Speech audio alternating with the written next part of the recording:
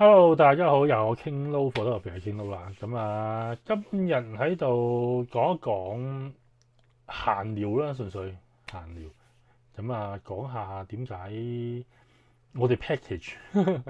啲因為有啲朋友啦、行家客啊，佢哋都問我，喂，點解你係咪唔等錢使啊？或者可能係喂，點解你啲 package 係呢個價錢就呢個價錢啊？有冇額外收費 K 卡嘢嗰啲？咁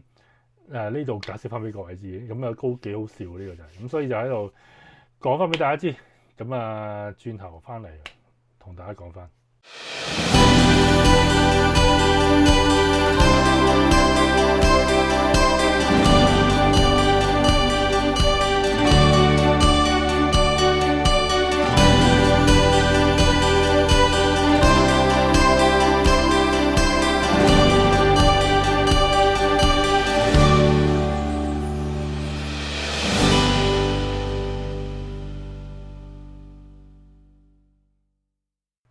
係啦，翻嚟呢度啦，咁就同大家講翻係啦，呢個幾有趣嘅問題。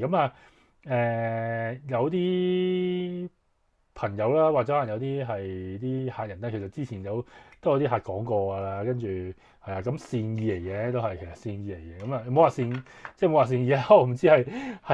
好定點係啊。咁但係其實就可以講翻，因為有啲客咁點解會今日講呢個問題咧，就係有啲朋友或者有啲客人啦，無論而家都好或者之前都好啦，佢哋都話：喂，阿 King，你啲 package 嗰度，喂你收呢個價錢，你有冇額外收費嘅喎？即係冇其他嘢要加，因為同其他出邊嘅婚紗公司或者一啲攝影公司或者甚至一啲大牌子嘅公司都好，佢哋好多時都會有啲收費額外收費啦，即係你本身嘅 package 一個價錢，跟住到你影相嗰一日，又可能多咗好多嘢出嚟。到你再影完相執相攞相揀相嗰日，又係多咗好多嘢出嚟。即係到頭來可能個 package 變下咧，就變咗一個幾皮嘢港紙嘅 package，就唔係同原先可能講緊一皮嘢都唔使嘅 package。咁呢啲 case，我諗應該有啲新人啦。咁如果有去過分展嗰啲都知㗎啦，或者有 join 過一啲台灣嘅婚紗公司，嗱唔係攝影師啊，婚紗公司講到明嘅婚紗公司。因為老實講，我哋都有啲朋友攝影師係台灣人，佢哋做嘢咧，佢哋收嘅價咧係踏踏實實，冇額外收費。咁而有啲即係據我哋所知，就算香港都好，泰國都好，邊度日本都好，甚至可能係台灣都好，大陸都好，有啲係婚紗攝影公司，係啊，婚紗攝影公司，佢哋會係喺分展或者喺網上邊出一個推廣嘅價錢，可能當舉例，可能去日本影相8,999、8,999、9,000蚊唔使影一日去日本影，係啦，或者可能去台灣影，或者去深圳影，或者可能香港影。好啦，跟住到你去到當地當日，係啦，咁你揀婚紗啦，或者因為可能有啲有包婚紗啦，可能當地已經有個基地喺度，有個 base 喺度，咁已經有齊嘢啦，嗰度會係咁。你揀婚紗，咁就你呢集婚紗你可以揀嘅 include 咗喺度嘅 package。咁但係咧個款就爭啲嘅喎，係啊，見到你自己行過都見到爛溶溶啊，好似唔係好嘔心咁嗰啲。跟住唔緊要，我哋有另一批呢一批婚紗。咁但係呢批婚紗咧就要加錢嘅喎，可能加2,000-3,000蚊嘅喎，嗰度會係咁。你可以揀呢啲嘅。咁另外仲有啲靚啲嘅，係啦，個 grading 再高啲嘅，咁嗰度咁呢啲咧可能加5,000-6,000蚊或者10,000蚊嘅喎。咁你諗下啦，咁你見到嗰紮婚紗你都唔想揀啦，咁你即係最基本你都揀 upgrade 第一個嗰個啦。我諗你最少都起碼俾掉低，即係個袋都跌咗2,000-3,000嘅啦，已經都要喺個 package 嗰度再加多2,000-3,000上去。咁你嘅 package 就變咗11,200嘅咯喎，應該又要好啦。咁跟住到你影相嗰日，咁你影相嗰日，咁啊化妝啦。咁啊呢個 case 係好多客，我不下數十個客都同我講過，佢哋因為有啲客去揾我影相之前，佢哋可能會去台灣度 rehearsal 影咗一次嘅，係啊，咁啊跟住咧，但係好多都揦晒嘢翻嚟嘅，我發現係啦，咁佢哋都話：哇！一坐低好咁啊，化妝師個台全部都係啲化妝品啦，咁啊化妝啦，咁啊跟住就開始嚟啦 sell 啦。喂嗱，咁如果咧 package 咧就呢個價錢咧就係用呢啲牌子嘅嘢嚟嘅，咁啊你見到啲牌子都唔知咩牌子嚟㗎啦，即係就算係一個化妝師企坐落去都唔知嗰隻係咩牌子嚟嘅，咁你可想而知係啲咩啦。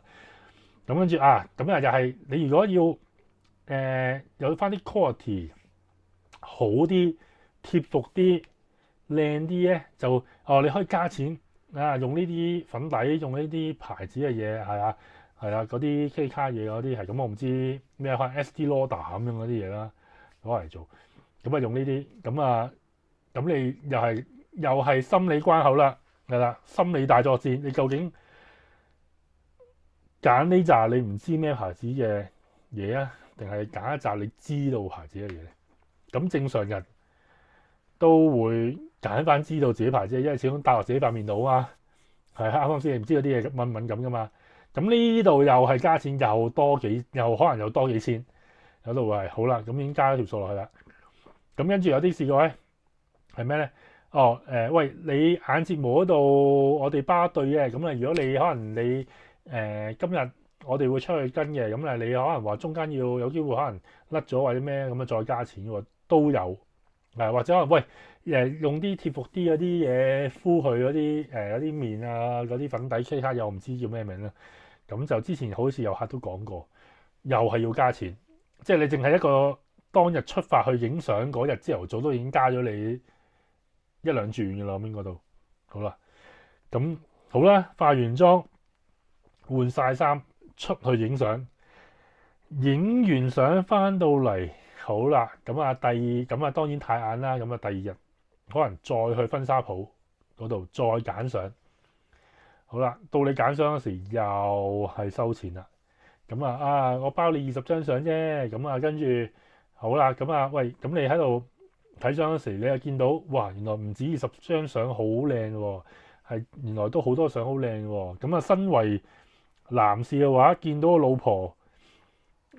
喺度不停揀相，又覺得好靚嘅話，咁你又冇可能唔再加錢，再俾佢哋執相啦，啱啱先？咁你條數每一張幾百蚊咁樣港紙，唔係台幣或者唔係 yen， 係啊，幾百蚊港紙，可能200-300蚊港紙一張，咁樣又係每一張咁跌出去俾佢3張，我當係300蚊張，3張1000，咁我諗你都唔止揀3張啦，係嘛？你一揀都可能揀多20-30張，可能齊頭連埋佢包你20張，嗰度50張相，50張相裏邊有30張都係自己額外俾錢嘅。咁你諗下條數幾錢？啱先？3×3歸9到都9000啦，當你一皮嘢啦，啱先？1萬蚊，咁你再諗下你之前加落去嘅嘢，本身 package 可能9000蚊，當你19000再加埋你租衫 upgrade 咗，收你4000。2萬幾再加埋你化妝 K 卡嘢，再收多嗰度收多幾千，咁我唔知仲有冇其他嘢要俾錢啦。嗰度係可能額外啲相簿又可能再加大啲位，要多本相簿又多幾千，咁你其實條數咧埋單咧3皮嘢係啊。我試過有客同我講過嘅，個客而家變咗，個客其實同我而家都好 friend 嘅，係啊，啲小朋友即係以前未離開香港嚟加拿大之前咧。嘅小朋友喺一齊玩嘅，係啊，咁佢嗰陣時就係中過伏嘅，佢都話係啊，去咗台灣有啲婚紗鋪嗰度都賴咗嘢嘅，嗰度會係咁啊。佢都話哇，阿 King 你收我 package 去歐洲去布拉格同佢去布拉格影，你都係收我3萬幾，接近4萬，但係搭飛機飛10幾個鐘去歐洲影，仲要影2日。哇！阿 King 你跟住我去台灣影一個翻嚟，影1日個 package 原本話9000，到頭來最後埋單3萬幾，其實同你個 package 一樣差唔多價錢，但係但係都唔知都唔知影咗啲咩翻嚟，或者可能係從中裏邊俾人 cap 水 cap 到阿媽都唔認得，係啊，基本上咁影啲嘢又唔係話影啲嘢唔係話係好咩好冷門啦，或者咩你嗰啲即係大路嘢，大部分都係咁係啊，咁所以因為咁我哋所以先知道原來出邊而家出邊都係咁樣做嘅，即係出邊係咁樣做嘅啲手法就會咁樣做，咁所以變咗嘅話其實即係呢啲已經唔係新鮮事啦，我哋叫做係已經係講10幾年前都已經發生緊嘅，就算香港又好，台灣都好，日本都好，都會有。咁但係我開 Kingdom Photography 呢個 band 嗰陣時，就已經係講到明，我哋唔會咁樣做，我哋一定唔會咁樣做，即係唔會話你嚟到呢樣又加嗰樣又加 K 卡嘢嗰啲，就算好似我以前咁，我哋鋪頭喺觀塘，我哋有婚紗鋪，我基本上我 package 包埋婚紗，我哋係啲客可以任揀嘅，即係除咗係婚禮有啲唔揀得啊，咁但係其他基本上我俾得你揀全部 pre-wedding 衫，都講過百件嘅啦，你基本上冇可能揀唔到嘅，就算我哋 signature 嘅黑色主題系列嗰啲婚紗咧，啲客都可以揀嘅，咁我哋係唔會額外收錢。呢個係我哋做生意嗰個原則，我哋就係唔會額外收費，我哋唔會話我加你一樣加你嗰樣，你要咁樣咁樣嗰啲 K 卡嘢唔會嘅，因為我永遠覺得你咁樣做咧，第一你我同個客會有咗個隔膜喺度，哇！你下下都計錢嘅，所有嘢都係啊，即係當然所有人都中意錢㗎啦，即係無論你又好我又好都中意錢㗎啦。咁但係有時我成日都話揾錢係咪要咁揾呢？係咪真係要咁嘅渠道去揾？而因為係咪真係要利用損害咗客戶關係之間嗰個感情去揾錢呢？應該話，即係我成日都話你未影之前，你已經係咁多收費落去，到咁個客到時影相嗰日，佢其實第一驚咗你啦。第二嘅話就其實個心情都唔好，喂，一陣間影完翻去會唔會又要收錢啊？其他嘢會唔會有好多嘢要收啊？嗰度，咁所以變咗我哋呢個原則，我哋沿用咗10幾年，即係我哋由建立 Kingdom Photography 開始，由我未有鋪頭到我由第一間鋪尖沙咀到第二間鋪喺觀塘，我哋甚至到而家我嚟到加拿大，我就算 serve 翻啲白人都好，台灣人、大陸人、韓國人，甚至繼續香港人都好，我都唔會額外收費，照翻咁多就係咁多，係啊，唔會有咩額外錢需要你再出，係啊，呢個係我哋嘅原則，係啊，我唔知出邊點樣做生意，我亦都唔會理會出邊點樣做生意，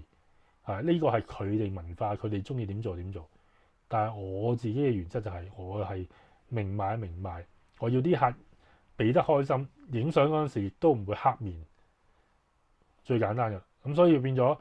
我哋由頭到尾 book 開呢10幾年，我諗呢10幾年我都做咗幾百對新人啦，佢哋都唔會有任何怨言嘅，即係可能喺執相方面有怨言，有時可能執得唔夠去收啊。咁但係調翻轉。喺 package 甚至價錢上冇任何怨言，反而仲覺得我會傾喂，你夠唔夠食㗎？你啲喂你夠唔夠使㗎？喂出邊咁樣做，你點解唔跟佢咁做？一個市場係咁㗎啦，跟住喂你3萬幾蚊，3萬幾4皮嘢，走去歐洲影2日嗰度，喂你點為本啊？維唔維到㗎？嗰度係啊，好多客好關心我呢樣嘢。係啊，跟住我話得嘅，你搞掂㗎啦，我哋呢啲冇問題嘅，嗰度嗰啲明買明賣，我唔會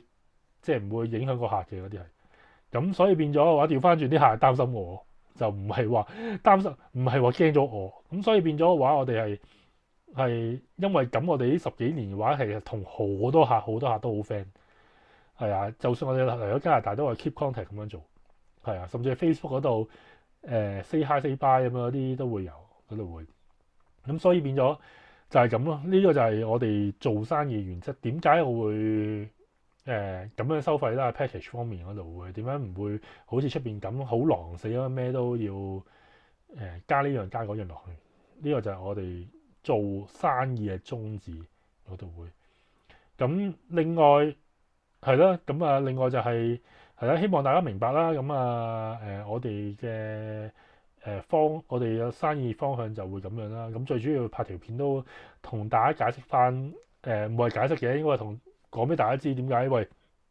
同出邊收費唔一樣啊。即係個玩法唔同啊，嗰啲 K 卡嘢係啊。咁老實講，生意自己做自己啫。咁啊，佢哋係咁做咪咁做咯，唔關我事咧。嗰啲係啱先。我做翻我自己，我對得住客，對得住個天，對得住個地就得噶啦。嗰啲係啱先。我又冇我收多啲人錢，係呢個價係咁，所以就係咁啦。希望大家理解我哋個運作模式同埋生意收費咧，嗰度會係啊。咁啊，有咩下次再同大家分享。拜拜。